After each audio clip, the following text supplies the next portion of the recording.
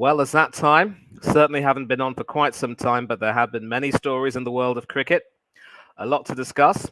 And as always, we are very grateful to have your company. And hopefully, you will enjoy the journey as we take our usual trip here on the Coach's Corner off to the boundary.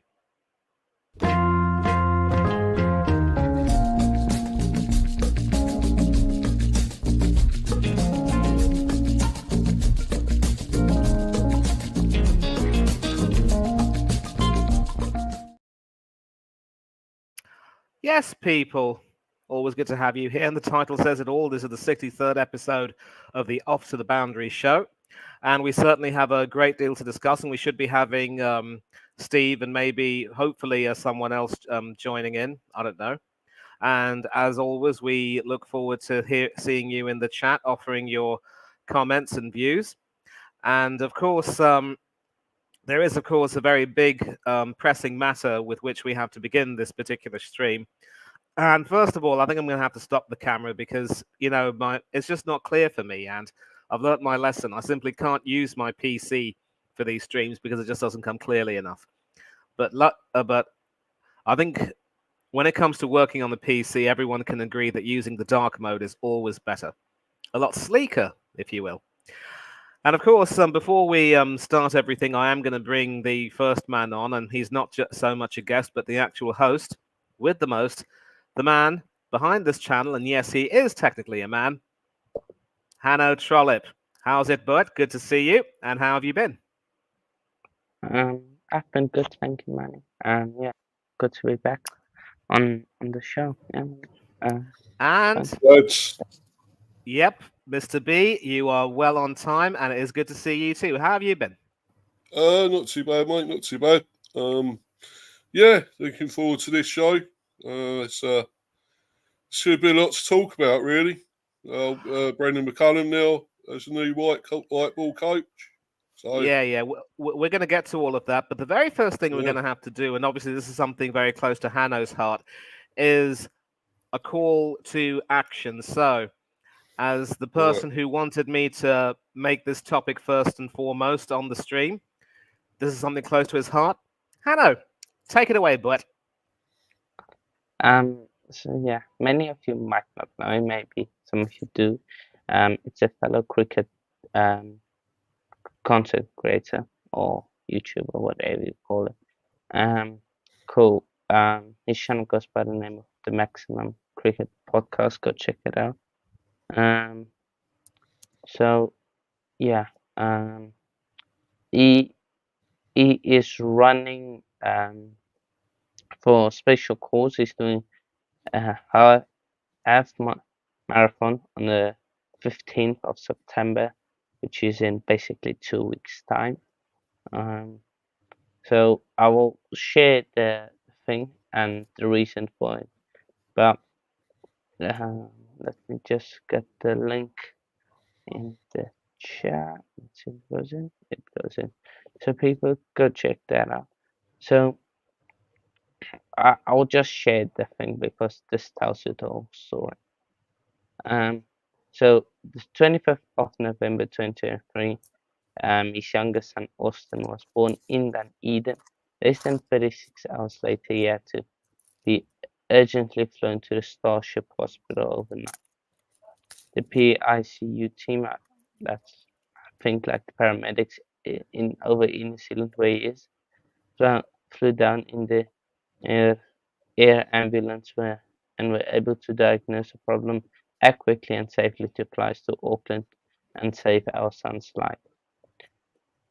Aston was probably hours away from passing away by the time he got to Starship, where he spent the next month battling PHN and vocal cord palsy.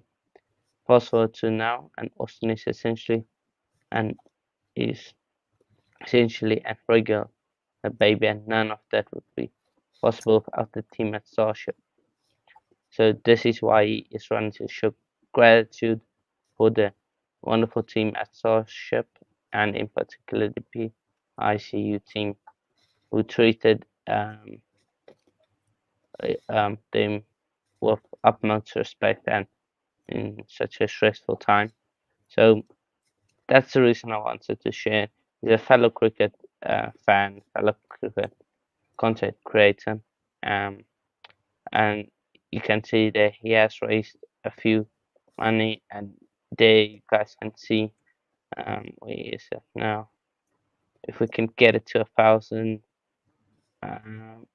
and that's all what it can all do, like 611 it's posted, so that can help fund well-being pack for parents and and organizations.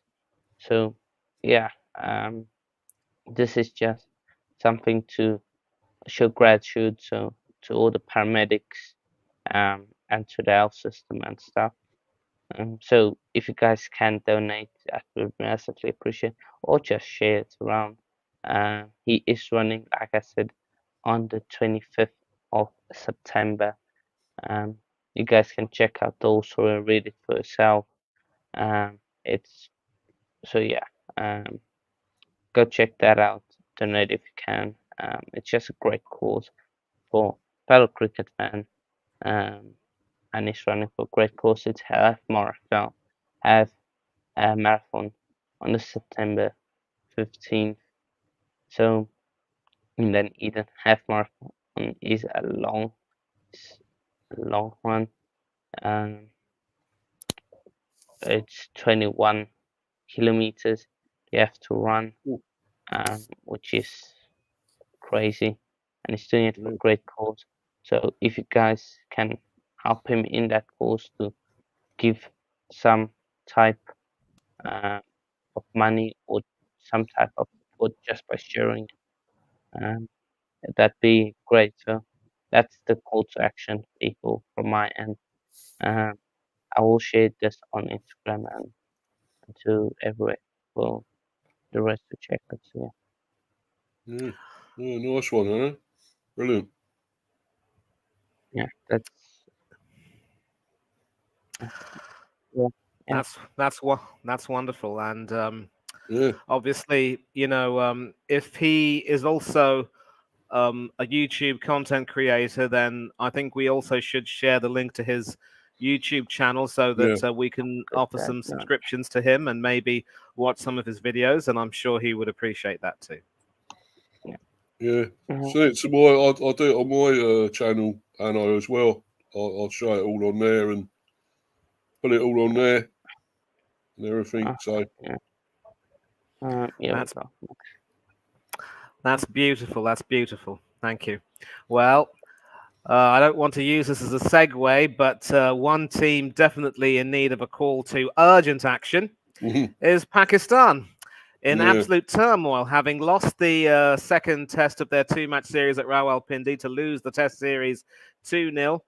It is Bangladesh's third overseas series triumph, and arguably their most significant one.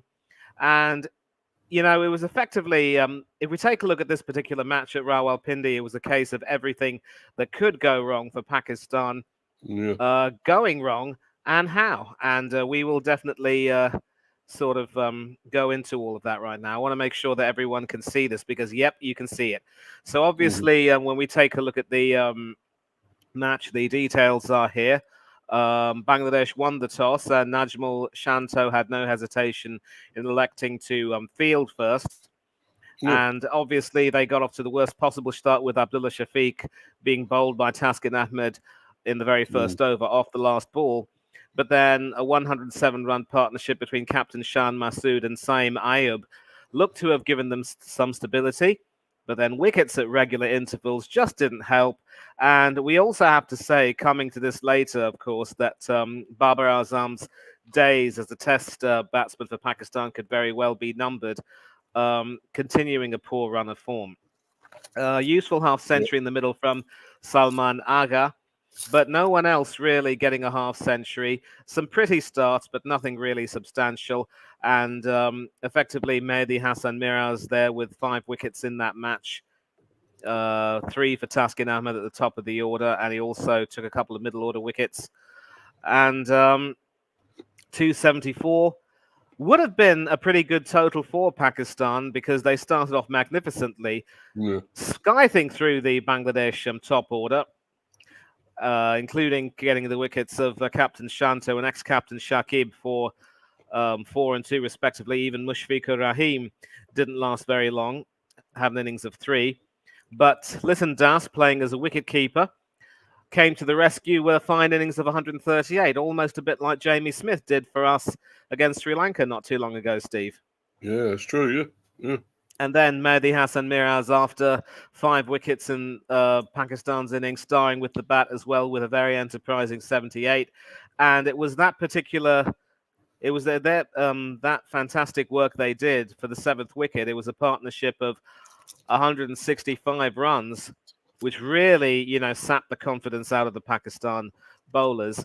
And it ended up giving Bangladesh a fighting reply of 262, leaving them 12 runs behind. Khurram Shahzad starring with 6 wickets for 90, 2 wickets each for Salman Agha and Mir Hamza. But the other 2 bowlers didn't really make much of it, and clearly Shaheen Afridi's absence was felt in this particular game.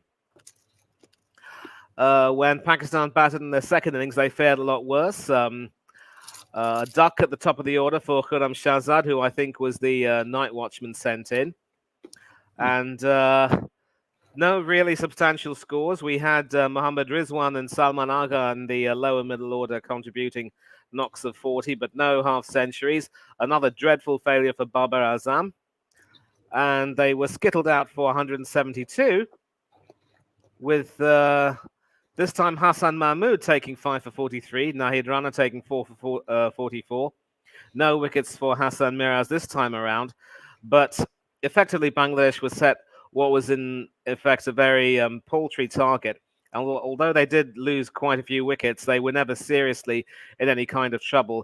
Bangladesh's 2 ex-captains, Mushfiqur Rahim and Shakib Al Hassan, guiding them through after some decent enough work at the top of the order from the batsman in question. A wicket apiece for 4 of their 5 bowlers, and they just weren't really able to do very much. And obviously, we could even consider the first test at Rawalpindi, and thanks a lot for these particular buttons, where Bangladesh literally humiliated Pakistan by 10 wickets, scoring 30 in their second. They shot Pakistan out, of course, for 146. We're not going to go too in depth into this, just a slight flash, but obviously you can see their very low scores and some fine bowling as well from the bowlers, including Hassan Miraz, who was outstanding. A huge innings of 191 for Mushfiqur Rahim, and some great work again from Hassan Miraz lower down the order, along with Lytton Das and others in Bangladesh's first innings. And in Pakistan's first innings, there were 2 centuries from Shahid Shakil and Mohammad Rizwan. But once again, with Babar Azam failing miserably, that really was as good as it was going to get. And of course, we know that the player of the series was Hassan Miraz for a brilliant all-round display, 10 wickets and 155 runs, very useful down the order. And Lytton Das's innings of 138 made sure that he was the man of the match.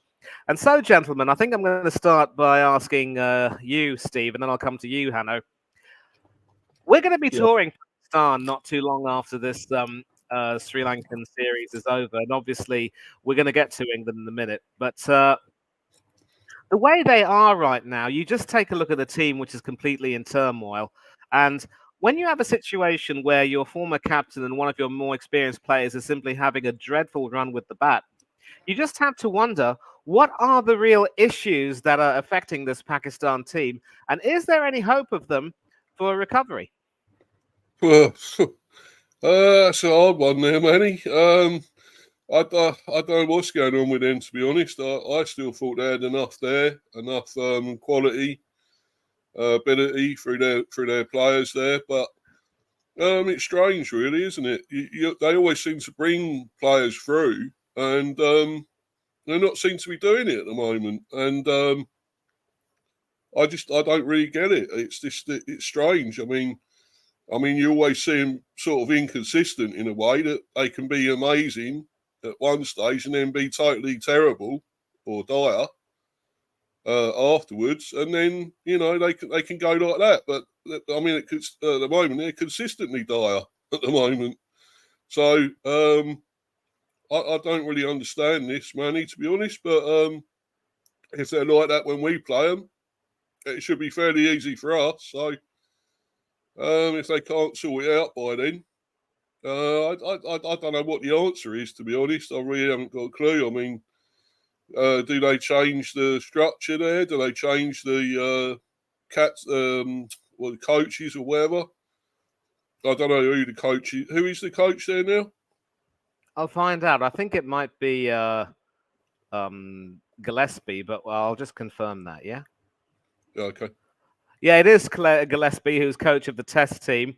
Gary Kirsten, South African legend, of course. Hanno might know him as coach of the ODI and T20s, with former international Azad Mahmoud, the assistant coach, and Simon Helmut, a fielding coach. And clearly, the only fielding position that requires a helmet is forward short leg.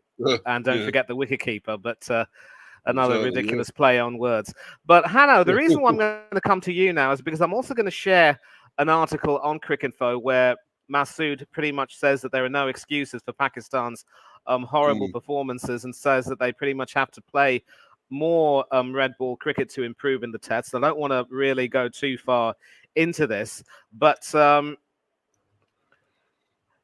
here's an interesting thing, though. With more Test cricket coming up, Pakistan's players have virtually no avenue to prepare by playing red ball cricket, because most of the squad is going to play the 50-over version of the newly created Champions Cup from the 12th to the 29th of September. So that's in about more or less a week from now, I think. And then they're going to launch into a 3-test series at home against England. So for what it's worth, we don't tour them until October. So there's going to be some time to, recalibrate our strategy, regardless of what happens against Sri Lanka.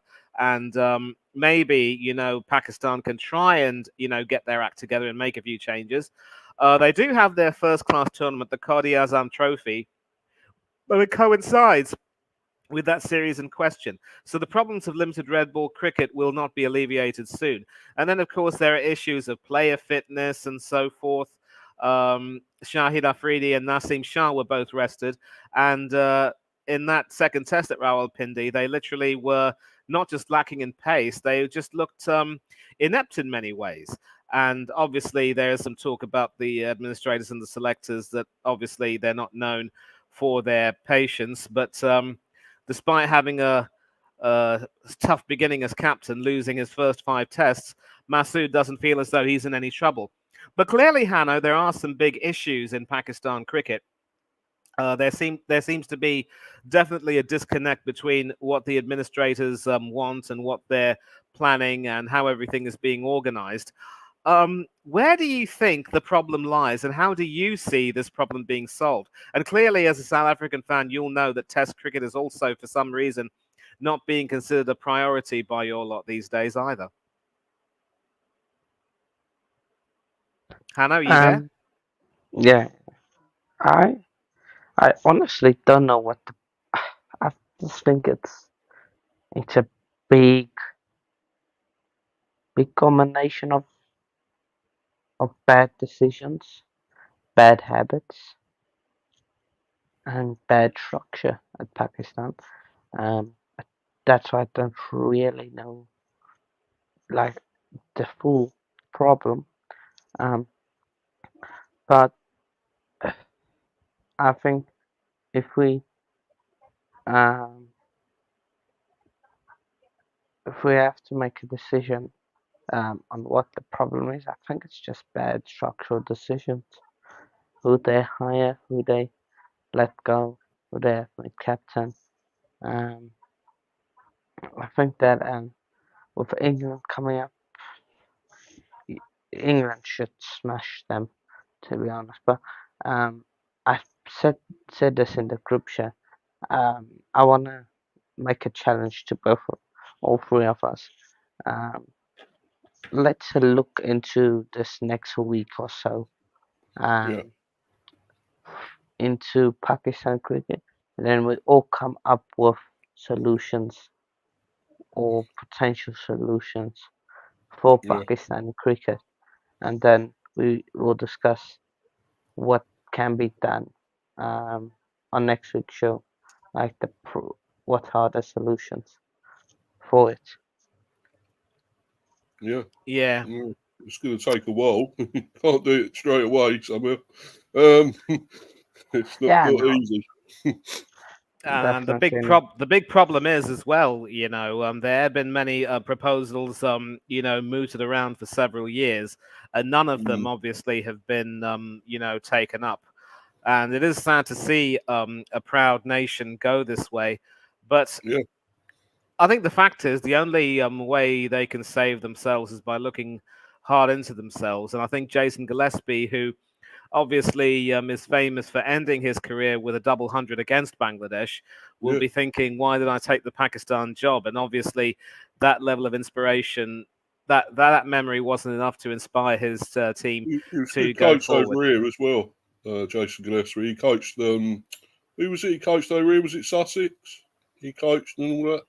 I can't remember now. Obviously famous for living in a caravan, and also famous for being taken to the cleaners by Kevin Peterson in the Ashes. I think it was one of our commentators who said that he was he was a 30-year-old bowling in a 36-year-old man's body. So pretty scathing commentary. Of course, there was one who scored a treble century in his career, who's now inspiring England. In some ways good, in some ways bad. Not so good, rather, I would say.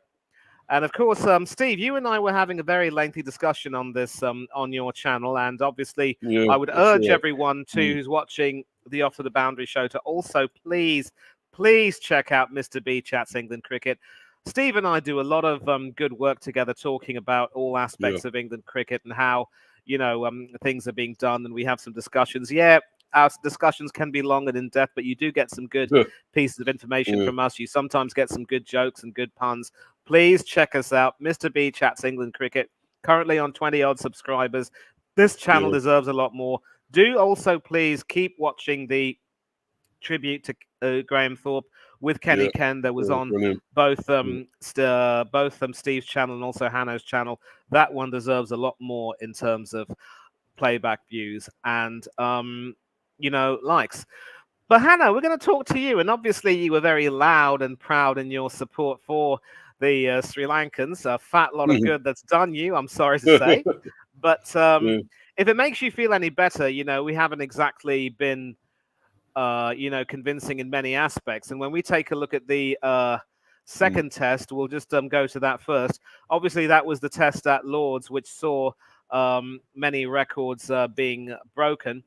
And I did remember saying, of course, that Joe Root, with his brilliance, despite not winning the Man of the Match award, going to Gus Atkinson, was effectively, the Lord of Lords, as it were, with 2 centuries in both innings, the first time he's ever done that. But then this particular scorecard will tell the story. Failures at the top order for Dan Lawrence, Ollie Pope having a disastrous game, Ben Duckett making a pretty 40 but then getting out, and an opening partnership of 33 means that once again we have not had a century opening partnership in donkey's years. And I've done some research on this for one of Steve's shows. But then step forward, Joseph Edward Root. Chanceless innings of 143 off 206 balls, farming the strike quite beautifully, even when wickets were falling around him. Some important partnerships between him and Vice Captain Brooke, also between him and the wicketkeeper Jamie Smith, and then a wonderful partnership, of course, between him and Gus Atkinson, who really came to the party with a sparkling innings of 118 off 115, laced with 4 big sixes and 14 smites to the boundary. Matthew Potts also contributing some important runs down the order, and even Ollie Stone chipping in with 15. And so we were in a big spot of bother, but we recovered magnificently to post 427. 5 wickets for Asitha Fernando, who also made the honours board, but that was probably as good as it would get for Sri Lanka, really. 2 wickets each for Rathanayake and Lahidu Kumara. Kamindu Mendes bowled, but sadly, for all of the hype around him being the ambidextrous bowler, he was pretty much carted around the park, and that experiment was put to bed fairly quickly. And in reply, Sri Lanka never really got going. Wonderful innings from Mendes, who failed with the ball but sparkled with the bat once again following his century at Old Trafford. 74 from 120 balls, 8 fours and 3 sixes. And it was he, along with Milan Rathanayake, who also had done well in the previous test, really doing well and ensuring that Sri Lanka would have a more respectable total. At one point, they were 118 for 7 and 87 for 6 in reverse order, of course. Somehow recovered to just get under 200. Not really the best display, though, and all of the main bowlers sharing the workload with 9 wickets and a run out by the captain, Ollie Pope. Joe Root bowling 3 miserly overs for 4, not getting any wickets, but they all played their part. And then in the second innings, once again, an opening partnership of 22. Lawrence out cheaply. Ollie Pope not doing any better. Duck it out for 24. But once again, Rooty comes to the party. No lower order heroics from Atkinson this time around, but Brookie and Smith once again, doing their bit to support their former captain, who now literally is the team's talisman and messiah, even if he is no longer leading the team. Still far and away England's most important player. Asitha Fernando finishing with 8 wickets in the match after his fifer. Lahira Kumra also taking 3. Rathanayake and the left-arm spinner Jayasuriya taking 2 each.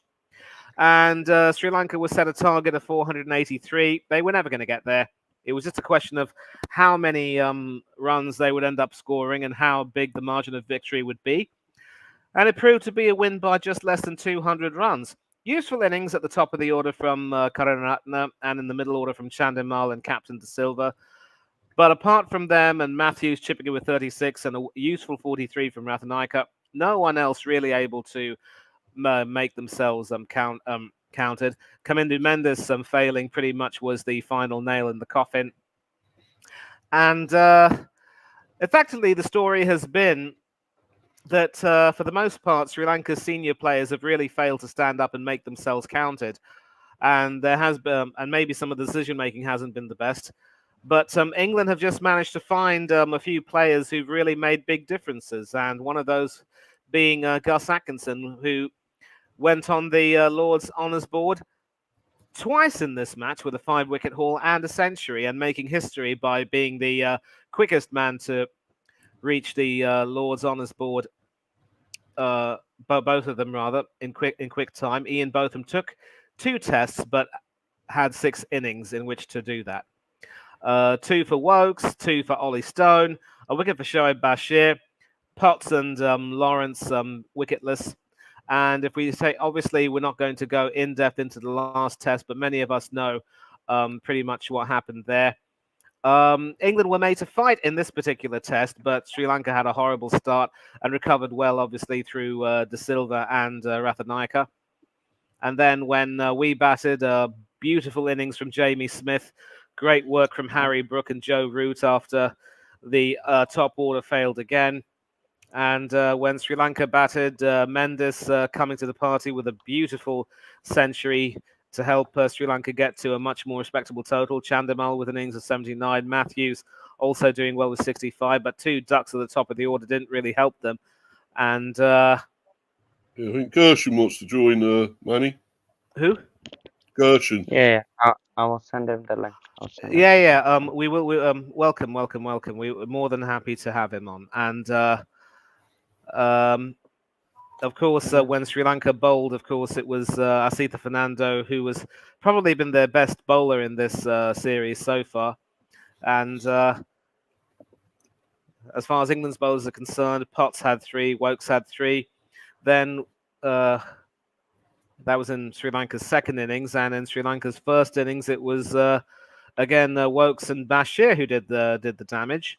And then, of course, when we batted in the second innings, we were in a bit of a spot of bother with Duckett and Pope getting out cheaply and Lawrence playing a pretty, but again, skittish innings. Once again, Joe Root, Harry Brook, Jamie Smith, and we were effectively home and dry. Root finishing not out on 62, and that really helped his average. So, Hanno, so many questions I want to ask you.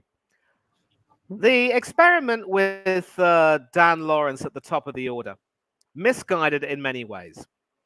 Ollie Pope, it probably will be some time before he will be asked to captain England ever again, but uh, is he really the man for the job once if Ben Stokes can't, play in many ways? And Um, yeah, and our top order failings, as I've said, the title says it all. If it weren't for Joe Root being Peter Pan, England would be a bunch of lost boys. And Atkinson also has come to the party beautifully. But clearly, no England fan worth his salt should even think that we can afford to go to Pakistan and afford to be complacent, because clearly we've got some issues. And welcome, Gushan. I'll get to you in a minute, but good to have you on. But Hanno, the floor's yours. Big up, mate. we have Gershon, we have Buketsi now. Yeah, I think Ollie Pope, if Ben Stokes is not there, probably the one to look at. If you really look at it. Yeah, I think, yeah, but he has to, again, get some experience against bigger sides, being put into bigger tests, like where that decision is a make or break. And then, what is it as well? What's it? Dan Lawrence. Dan Lawrence is a decent player. And yeah, hopefully he can improve and be the new Opa for England, because you guys definitely need somebody up top there to start and not just rely on Joey Root. Also shout to my guy Atkinson for that 100. Be up about getting an 100. We always love to see it. So yeah, man. Okay. Well, clearly you've said your piece, but Gulshan, let me say Sat Sri Akal and welcome to the stream. Not that, Ob- is that obvious- Coley on the yeah, Yeah, I love Kohli. Brilliant. yeah. Brilliant. Anyway, so I think you missed the beginning of the series where we were talking about Pakistan's troubles, but we could get your opinions Yeah, later. actually, I have a YouTube channel myself now, so I was just covering that also on like my channel as well. I was also just talking about the Pakistan's loss, but yeah, I'm in touch with the game, so definitely I'll hope to add some things and some of my analysis to your show as well. Oh, that's great. And listen, if you want to, mention your channel as well, we would be more than happy to shout you out and make sure that we subscribe to your channel, and also catch some of your videos whenever we can. Yeah. Yeah, thanks, guys. Okay. Thanks, guys. You're most welcome, Paji. But obviously, this particular series so far, we've seen two tests. We've seen Sri Lanka provide a little bit of fight, but obviously the big issue is that their senior players have not really stood up to be counted. But as far as England are concerned, there is no room for complacency, because, as I've said, if it weren't for the likes of Joe Root and Gus Atkinson and Jamie Smith and Harry Brook and one or two others, mainly them actually, England would have been in a very big spot of bother. And the title says it itself. We have some top order failings. So, what's your analysis on all of this? And I'm sure you've been able to catch good coverage of the series on the Sony Sports Network. Yeah, thanks, guys. First of all, giving me a platform to talk and express my opinions on that. First of all, see, I was actually disheartened by the way Sri Lanka lost to the practice match against England Lions. I was actually surprised because from last 1 year, what I've seen and the issue that Sri Lankan cricket team is suffering from now is that their top order isn't that consistent. They have added in some great guys like Pathum Nishanka, who was a very very fierce opener when he came to the scene. He was scoring runs, he was scoring centuries, but Pathum Nishanka hadn't had the patch that he actually wanted. The only good thing that Sri Lanka managed to put up was that they could take some early wickets and they were deadly in their home conditions. Though I would like to just agree with your opinion when you just said that their senior players weren't stepping up as much. I would just like to say that they're even the guys that have been experienced of playing in a lot of test matches, like guys like Chamika Karunaratne. Guys, come on, let's agree that he was the captain of the Sri Lankan team in the 2019 World Cup. He's a classic, of a batsman when he, plays, but he hasn't been that impressive again. I'm actually very much, happy for the way Prabhat Jayasuriya has been having these series, because Prabhat Jayasuriya has been putting up some great impact. Even that youngster Milan Ratnayakena, that guy was, sorry to say if I, mispronounce his name, but definitely I guess it's Milan Ratyanake. So that guy is also having a great stint. He has, done a very very great amount of job making his first, Test debut against an England side. The part where I feel that Sri Lanka is struggling is their inconsistency in their top order. I guess their top three is absolutely bundled out, and I would like to appreciate the way that England has been playing, because I'm also a big huge fan of England cricket when it comes to the Test cricket format. Definitely not the baseball, but the approach oriented cricket that England and the Brendan McCullum setup plays. Brendan McCullum generally allows the youngsters like Jamie Smith, allows the youngsters like Cuz Atkinson to go all out to play their game. Actually, I was surprised by the way, Matthew Potts was bowling, because Matthew Potts made his debut 1 year back against the match that took place versus Ireland, the one-off test that was there in May 2023. I guess it was right just before the WTC final and just right after the IPL. So Matthew Potts made his debut, but it took so long for him to come to the setup to deliver for England, and to come and add in some great wickets. I am actually disappointed by the way Sri Lankan batting has been performing. They're absolutely clueless. They don't have the right intent. Dhananjay De Silva has been providing some great runs. Angelo Matthew, Dinesh Chandimal, the same repeated names. Even their lower and middle order, that guy Kamindu Mendes, he has had a very, very great amount of strength. But still, the big issue is that their first top three is absolutely clueless. The way Chamika Karuna Ratne, the way Dimut Karuna Ratne, the way the other guys like Nishan Madhushanaka, the guys like Kushal Mendes, these guys are having a terrible amount of outing this overall summer, and I'm actually disappointed by the way their batting is performing.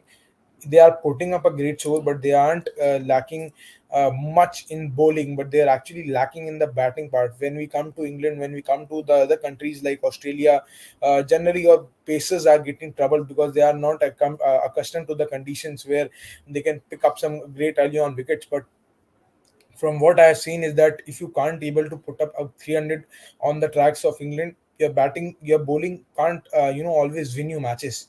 That's a fact, Exactly. because same your bowling can't win you matches if your top three, if your top four is falling like anything. I guess barely their top four has scored around 200 runs this overall, so far. The two test matches that we have seen, I guess barely they have scored around 200 to 250 runs. Their top four is absolutely clueless about they have to bat. And meanwhile, when I'm seeing their lower middle order has been absolutely fantastic. Since Oh last one yes. or 2 year, I've been coming on to YouTube channels. I've been coming on to other platforms as well. I've been saying the same repeated thing, that Sri Lanka is a beast. Sri Lanka has the potential to become one of the best teams of Test cricket in the overall modern Test cricket format. But the only issue that these guys struggle is their top order issue, because they have some great amount of batting in their team. They have some great amount of fast bowling there, but the only issue is consistency in batting. Which, if they improvise, can be a beast team. See, so the same issue was happening with West Indies. Craig Braithwaite is a very very great amount of captain. He's doing a fantastic job. But the other guys like Tagnani Chandrabal, the guys who play at number three, the guys who play at number four are very inconsistent. So that's why West Indies is also lacking at that part. So if I would just like to stick to the topic and just talk about Sri Lanka's batting, specifically the top four is absolutely clueless so far. Their bowling has been putting a great display, but yet they aren't able to execute the things well. I hope that Sri Lanka puts up a great fight in the third test and they actually try to win it. Yeah, and in order to do that, they're probably going to have to make some better decisions. There was an interesting article by Andrew Fidel Fernando on Cricinfo where he was saying that Sri Lanka shouldn't even try to take any positives and just hide from the fact that they were absolutely abysmal in both tests, and several things that they did wrong were just in many ways unforgivable. And there is going to be a lot of soul searching to do, especially with Jai Surya as coach. He was, of course, a swashbuckling player back in the day, and what we call Bazball now was effectively that which was pioneered by him back in the day as part of that great Sri Lankan team that sensationally won the 1996 World Cup. But clearly there are some issues, and you also have to consider that there were some political issues as well that were affecting Sri Lankan cricket, Gurshan. So, they still have to, in some ways, trying to find a way to alleviate all of that. And maybe if there can Actually, be I have a some... question Yeah, for go the ahead. overall panel. I actually have a question for the overall panel and the people that are watching on the chat section. Guys, how do you like to rate the Gus Atkinson performance? Because yeah, definitely you might have talked about it earlier, but I wanted to hear your opinions once again, because Gus Atkinson, I've been backing him since a very very long time. He has been playing some great amount of league cricket for KKR franchise. I would just like to ask your opinions on Jamie Smith and Gus Atkinson's performance. I guess they have been the key of England's success so far. How would you Yeah, like to summarize? we were talking about that actually, Gushen, and I think it was sort of segueing into the title and what we were going to talk about a bit. If it weren't for Joe Root, Gus Atkinson, and Jamie Smith, we'd be lost boys at the moment, England. And basically, ever since Atkinson's come to the team, and I will let Steve, Mr. B, come in here. Ever since Atkinson's come into the Test team, he's literally been quite magnificent. Now, we have to bear in mind that it's only been the second series. He's now played his fifth Test, I think. So there are still going to be some moments when he will, struggle, and it will be interesting to see how well he can cope and adapt. But I think, I can speak for myself, and I know that Mr. B can also concur when we say that we absolutely are delighted with Atkinson and how he's adapted to Test cricket so far and how well he's performed. And the batting was also an extra bonus. I mean, there's talk about him potentially being a new all-rounder, but he's staying grounded. And we're all very happy with him. Steve, maybe you can jump in and offer your perspective. Oh, yeah, definitely. And I'd just like to say, I don't know where you've been, Gershan. We could do your opinions on here, mate. I really, really could, on our channels, on this one, and obviously on mine. It'd be great if you're around a lot more and can come on more. It'd definitely be great and help our show. So, but yeah, I think Atkinson has been amazing. I really do. I mean, he obviously did play for England. He had played before, but he's given a longer run this time, which he deserves. I think he's been amazing. He's a no fuss cricketer. He doesn't show much emotions. He sort of keeps it on the down low and doesn't really, go too happy or make too much fuss of stuff, which is good in a way, because you don't want somebody who's too big for their boots, it's like some of them are. But I think he's incredible, and obviously Jamie Smith, has been incredible as well. Another young, he's really good cricketer. I still think his wicket keeping needs work on. I really do. Some of that. He's not, not the finished article by a long way. But his cricketing, his batting, is amazing. And he smacks it around. He takes it to the opposition. And obviously Root, as we all know, his sort of play speaks for itself. What he does. So, and he's been doing it for a long while, and long may it continue. And it's helped us out on many occasions, and we'll keep doing it, I'm sure. But yeah, it's been great, and thanks for coming on and sharing your opinions, Gershan. And I say, you're welcome to come on a lot more, and on my channel, of course. So we could do with definitely more people on there. So yeah, if you're around for that, mate. Yeah, and Gushen, I would recommend that Chats if and you are a all. big fan of England Test cricket, then you should definitely come onto Steve's channel a lot more, depending, of course, on whether or not the timing suits you.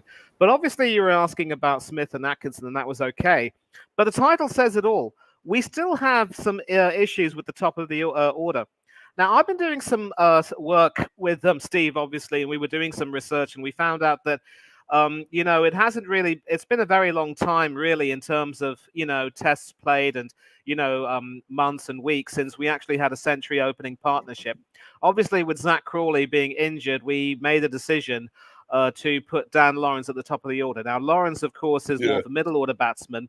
And so Steve and I were absolutely, fit to be tied, because to us, that was effectively a square peg in a round hole. Yep, absolutely. And the thing about that is that in the first test... Mani, sorry to interrupt. Sorry to interrupt, but I have a very great question that is coming up, because since we have seen Pakistan... Yeah, but listen, we'll come to that, please. But we'll come to that, I promise you. We'll come to that. Because obviously we're talking about, something else, and we don't want to change the flow of everything. But we'll finish this, and then we'll go back to your questions, shall we? But obviously the issues with the top of the order, Lawrence had a couple of pretty knocks of 30-odd in the first test, but then didn't go on. And then in this second test, he failed miserably. And although Duckett did quite reasonably well against the West Indies, he once again has been getting out for some low scores. And you also know, as a cricket historian, that the great teams of the past have always had, really strong opening partnerships. And yet we just don't seem to be able to find a partnership that can really, take us through. And also with Ollie Pope having assumed the captaincy in the absence of Ben Stokes, who's been injured, so far his two tests have not yielded the runs that he and the fans would have wanted. There can't be too much talk about how the captaincy is affecting his batting, because it's only his second test, but still, the returns really aren't that good. And the fact that there is some talk about it means that maybe he might be struggling. So should England be concerned about it, especially since, they have to tour Pakistan, and for all of their troubles, and we've talked about that, should England be concerned with their top order failings? Gushan, are you there? Yeah. Gushan, are you there? Can you hear me? Yeah, I can hear you. So did you hear the question I was asking you? Yeah, I hear the question that should England be worried for their top order failings, but I guess I am right. Have I heard right? Yeah, go on. You can answer. Yeah. Actually, I don't think so that England might be too much, be worried about the top order feelings. I guess there are some great amount of batting depth available in the team. Ben Duckett might have an absolute fantastic test match against Sri Lanka. Definitely, they have been struggling since a very long time, since Ben Stokes have been off, and the Zach Crawley and the Ben Duckett pair has been separated, and Dan Lawrence has been there. But yeah, definitely, I think that they can bounce back and they can definitely do well. Okay, well, I'm glad that you answered that question, because what we're going to do is briefly we'll go back to the issue of cricket and turmoil, and the question that you had, and we'll probably talk about one more topic and then we'll wrap it up. But what's your so you said you were covering the series and you had a question you wanted to ask us. Go right ahead. Yeah, actually, I wanted to ask a question that states that since we have seen a lot of bowling all-rounders doing some fantastic job this year, I would just like to ask that what's the can we say is it the right moment to say that bowling all-rounders are must in test matches? Or the role of bowling all-rounder has been definitely increased, because we have seen that Amir Jamal from Pakistan cricket has been doing some fantastic job. Same way, Craig Brathwaite has been doing some fantastic job. Same way, Jason Holder, the guys like Mr. Marsh have been doing some pretty good job since a few months. And we've also seen now Gaz Atkinson doing an absolute fantastic job by smacking that 100 and picking up some decent wickets. So we can say that, so can we say that the role of fast bowling all-rounders has been increased in test cricket in recent times? I'm glad you asked that question, because Steve and I were talking, I'll come to you, Hannah, but Steve and I were talking about this on our stream, and we were saying that, England cricket over the years has had bowlers who, showed some talent with the bat, and everybody was talking about them potentially being, the next Ian Botham or what have you, or the next Ben Stokes. And we already have an all-rounder now in Ben Stokes, who's probably more of a batsman, but definitely bowls really well. I think the big problem is that, but when you talk about a bowling all-rounder, a bowler who can definitely bat well, he has to be, given the confidence that if he can do his main job well, it's mainly more than enough. But he also has to be made to feel as though his batting is also appreciated. Because let's not forget the Stuart Broad, of course, who retired not too long ago, was also touted as an all-rounder. And as you know, his father was a former England opener, Chris Broad, who became a match referee later on. And he also did quite well with the bat as a lower order batsman. But as Steve can tell you, I think he suffered a bad injury when he was smacked in the face by a snorter. And since then, it affected his psyche, and he was never quite the same again. Even Darren Goff started his career, batting really well, and everybody thought that he could be a new all-rounder. But then he, ended up losing his ability, and he ended up having to, focus more on bowling. I'd like to think that if a bowler can bat well, it's really more of a bonus more than anything else, because sometimes you cannot really expect your bowlers, your lower order batsmen, to keep bailing you out more often than not. And I'm of the opinion that as much as desirable as it is, and as special as those cricketers may be, you can't put too much pressure on them to really, really, really improve their batting as such. And the responsibility of scoring the runs has got to come mainly from the top of the order. Now, I'm not going to look a gift horse in its mouth. I think if you give me a genuine fast bowler who can also bat well, defend his wicket well, and also play some good shots and add some useful runs down the order, I mean, bring him into the team. But to say that more and more bowlers should focus on their batting, I mean, they should improve their batting. I don't want to see any genuine rabbits in the team who can't even hold a bat. But but asking them to, become better batsmen overnight, and then have people talk about them as all genuine all-rounders, put pressure on them, I don't know if it's ideal. Hanno, can you offer your thoughts? Hanno.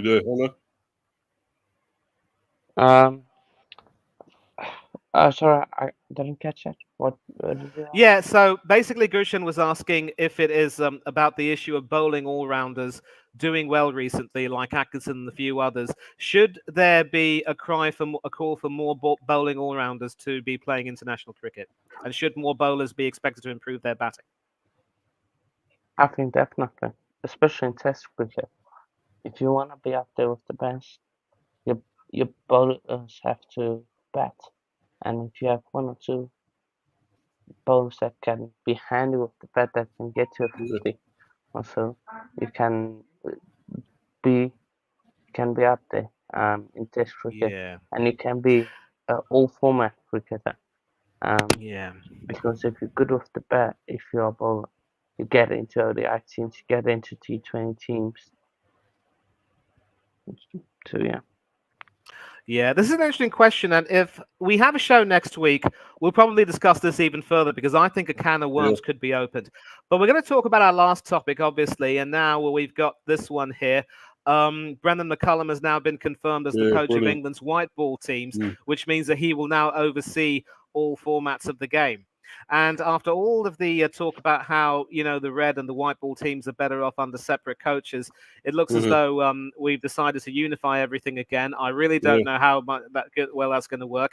At least we don't have one captain for all formats, thank goodness. But Steve, I'm not too sure you'd be best pleased with this, especially when you consider that Bazball hasn't always brought about some good performances from us. Well, I don't know, to be honest, Manny. We've got to wait and see, I think. I mean, it's working all right in the test match arena for England in a way. I think it's probably better suited to the white ball, the way he plays. It's more aggressive and everything. So you would say it's actually more suitable for this than it is for test cricket. But I'd like to see how it goes, really. It could be a good thing. I mean, I know as much as you like Matthew Manny, I don't think he done enough in the end. I know he did win a summit. Obviously, he did win us that, was it the World Cup or whatever. But I think it needs to be changed, and I'd like to see what McCullum does here. I think he has changed stuff in the test match arena for England, but now I think this would be even better. I'd like to see what happens, really, and. We got new players coming in, which is great. We've seen some really good, talented players in the T20 arena, even in the 100, of course. I know a lot of people don't like the 100, but there is some great players there. And, I think they've come through, like Bethel and all that. So, maybe it will go well. We just got to wait and see, mate. Just got to be patient, I think. Okay, and Hannah, I'll go to you, and I'll probably have Gushan give the last word here. What's your opinion on this? Do you think that England are setting themselves up to, possibly fail again? Will it be too much pressure on McCullum, perhaps? I think the biggest problem with this is that you have to that teams might figure out you guys too quickly, and the workload on the manager. If you play basketball in all three formats, that will affect how teams will quickly see okay, these batters play these shots there, and then I can look at that and almost drag that information into all the different formats and analyze it like that. So the plays could be figured out easily. That's another problem because you play more white ball cricket with that format and with that way. So and the workload on all of them. Yeah, I would agree. And Gushan, the reason why I want you to have the last word and then we'll wrap up the show is because obviously, as an Indian fan, you'll know that Indian cricket has never or seldom, if ever, had separate coaches for the Test and the limited overs teams. There's always been one person, overseeing everything. Until recently, of course, it was Rahul Dravid, and I'm delighted that he was able to end his stint by being a world champion coach in the T20 game. And now, of course, as you know, Gautam Gambhir has the responsibility of leading all three teams. And we've seen several retirements from the Indian T20 side, although the likes of Sharma and Kohli are still very much a part of the ODI and Test teams. And of course, it will remain to be seen how they perform. But I'd like you to give your opinion quite briefly on the benefits and problems of having separate coaches for the Test and limited overs teams, and also having them unified under one coach. And do you also believe that maybe this could benefit England by having McCullum overseeing all three teams? Gulshan.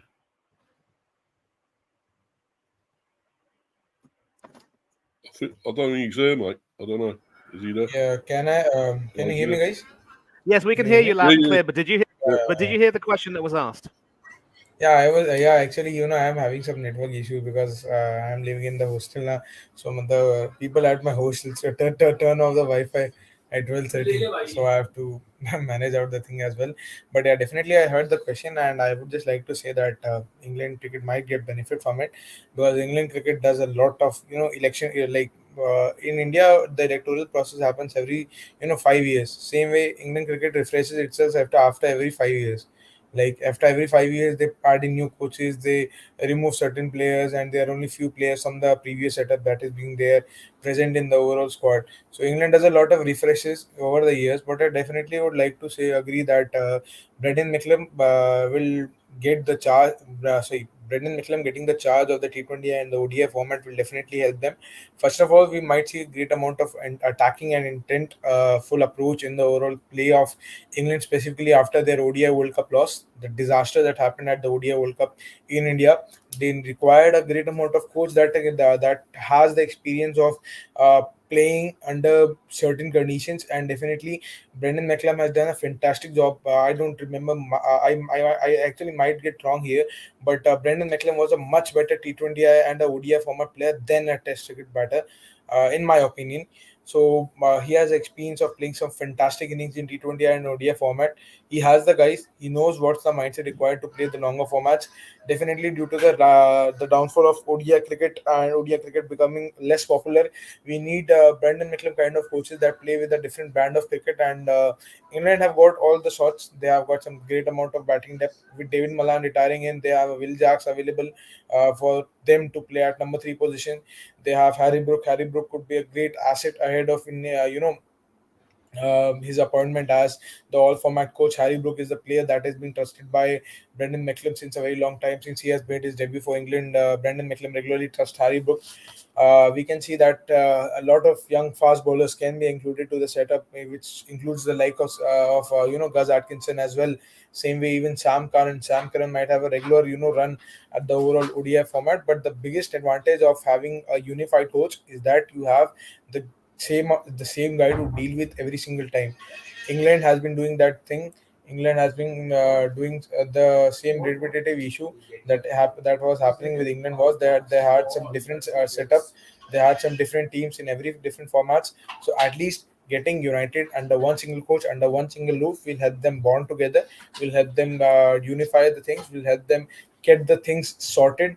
Then having basically a mismatched kind of a thing, and it will actually help them progress because England cricket is on its verge of its revival again. England cricket has been doing a fantastic job in Test cricket. Now they want their revival in the T20I format. They are the one of the best teams of T20I cricket since last 2 to 3 years. They have also won the T20I World Cup. If I'm not wrong, it was in 2021 Yes. in which they won the T20I World Cup. So now they have to get back to their ODI cricket revival. They have some decent amount of players that have some technical abilities. For example, even Will Smith, yeah, Will Smith is also very great amount of batter. I'm not sure whether he's suited to play ODI cricket for England at this stage, but they have a lot of options. Even Jamie Smith, if he's included to the setup, which he has been included to the ODI format since from last 3 to 4 ODI matches that England played, he could be a great asset. And the same boss, but the mindset might get changed because Brendan McCullum in Test cricket plays a very very great amount of attacking brand of cricket. But yeah, the same brand of cricket, the same amount of approach, if he shows in the overall T20I and the ODI format, see England have a great pool of players to select from. The only requirement, the only prerequisite of them is to get the 11 going. Get your 15 to 20 member squad, get your players ready, and prepare for the tournaments. We have a 2026 World Cup, you have 2025 Champions Trophy available for you. England can definitely target those tournaments and end the overall, what we call it as a revamp process in a very, very good note by maybe lifting the Champions Trophy or maybe lifting the 2026 T20 World Cup. Yeah, I get what you're saying, Gurshan, but again, just briefly before we wrap up, one of the issues with what you're saying in theory is that there are different players obviously for different formats, and if you take a look at the Test team and the limited overs teams, you don't see too much in players, and apart from say a Harry Brook or even maybe a Gus Atkinson, there are very few players now who can overplay in all three teams. Root until recently Jamie was Smith. playing in all. Let's see, and even the issue with Jamie Smith is that obviously, you have someone like Phil Salt, who's an excellent wicketkeeper, Yeah. and Josh Butler also, normally keeps wicket for England in addition to opening the batting and captaining the team. So again, you can't just, shoehorn different players from different formats into different teams. And so that is going to be a problem that McCullum is going to have to work with. And, is Yeah. he going to insist on more of a player overlap between teams, especially with the issue of player workload? There are some players who are choosing to drop one format or another to make sure they can play in, only in one format and just, prolong their careers. And this is a very interesting debate. And what I would suggest is if we can schedule an episode of Mr. B's England Cricket Show, we are going to talk Yeah. more in depth on this. We'd be more than happy, Gushan, to have you come and talk and maybe Yeah, of offer your course. hindsights, and maybe we can continue this debate. But obviously, at Hannah's request, I do have to end this stream. But let me start by saying thank you for coming on, Gushan. It was wonderful to have you, and we hope to see you in more shows. But I'm going to, sort of put you on the solo layout so that you can shout out your channel and your social media profiles and tell us if there are any more programs you have coming up, because we'll definitely love to subscribe to you and listen to you. So guys, my channel name is Just Sports, and I've been covering cricket since last 2 years. I have a YouTube channel which I started back in 2022. I cover cricket football and WWE, specifically cricket and football, like Hano does again. I am there. I'll be covering most of the content that I put up on my channel is in my own regional language, that is Hindi. But definitely, I try to put up more content in English, specifically the shows where we talk about the Premier League and the La Liga part. I definitely try to put up the content in English so that more and more foreign audience can interact, and the people who are watching from different parts of the world can actually have a taste of my football knowledge, and they can also experience of they can also get what I feel. They can also know what I feel, and I'm there on Instagram as well. I'm there on Twitter as well. My Instagram handle is Gurshan Singh _07. I have also a Twitter account which I basically use to interact with people. But yeah, definitely you can follow on that as well. That is Sangha dash Gur 099. Most of the time, if you will message me on Instagram, I'll be definitely picking up your message and I'll be replying to you because I'm active on Instagram most of the time. Okay, And wonderful. definitely, I have planned for the India versus Bangladesh series as well. Because I'm a college student, I have to manage my college studies as well. But in every 2 or 3 days, you will definitely see one show of either cricket or football. Definitely. And if you keep in touch with us, we would like you also just let us know when you can be free, and we'll try and adapt everything to your schedule so that you can come and talk to us. But thank you very much again, Sat Sri Akal, and take care of yourself. And as always, Mr. B, you know the drill. Yeah, mate. Tell us about you and your channels. Mr. B for Life 182. Mr. B, Hive Football Chat. Mr. B chats England cricket. Thanks for having me on here again, Manny. It's been a great stream again. Obviously, with Hano's. It's obviously Hano's channel. Coach's Corner. Keep following him and subbing to him, and of course follow Manny wherever he goes because he's not got his own channel. He should have, but he hasn't yet. But he does some great work on all our channels, especially mine as well. And we always appreciate him, what he does on there. Fantastic stuff, mate. And keep following all my stuff on there, all my content on the cricket channel, and of course on the football channel. Plenty coming up. Obviously, Nations League. Might be doing a watch along, possibly for the England game, possibly. And maybe their other one as well. Obviously got Ireland first, and then Finland. So, may do both. But anyway, please keep following me and Hanno and everyone else. Lot of great channels. Thanks once again, guys. Thank you very much. Thank you very much indeed, Steve. And obviously we're going to end this stream, but also hopefully you'll, if you're watching the Paralympics as well, wonderful news for the Team GB delegation with gold and silver for Faye Rogers and Callie-Ann Warrington in the 100-meter butterfly S10 event. So terrific stuff from the swimmers again. India's badminton players have also done magnificently well, and I'm really happy with the Indian success in the Paralympics. Do keep following that. And nothing much else to say except thank you to all of you who are in the chat. It was really only Chelsea fan and Gershon before he came on, of course. And hopefully we will see you on another episode very, very soon. But until then, thanks a lot for joining in. Thanks for being a part of this. Take care of yourselves. Be safe and be happy. And don't do anything that the panel and I wouldn't do. Also, big up to Hanno. Make sure you keep watching his channel, and all the socials are down here on the ticker. For now, though, take care of yourselves, and we will see you all very soon. Cheers. Cheers. Everyone. Take care. Bye. Cheers. Bye bye.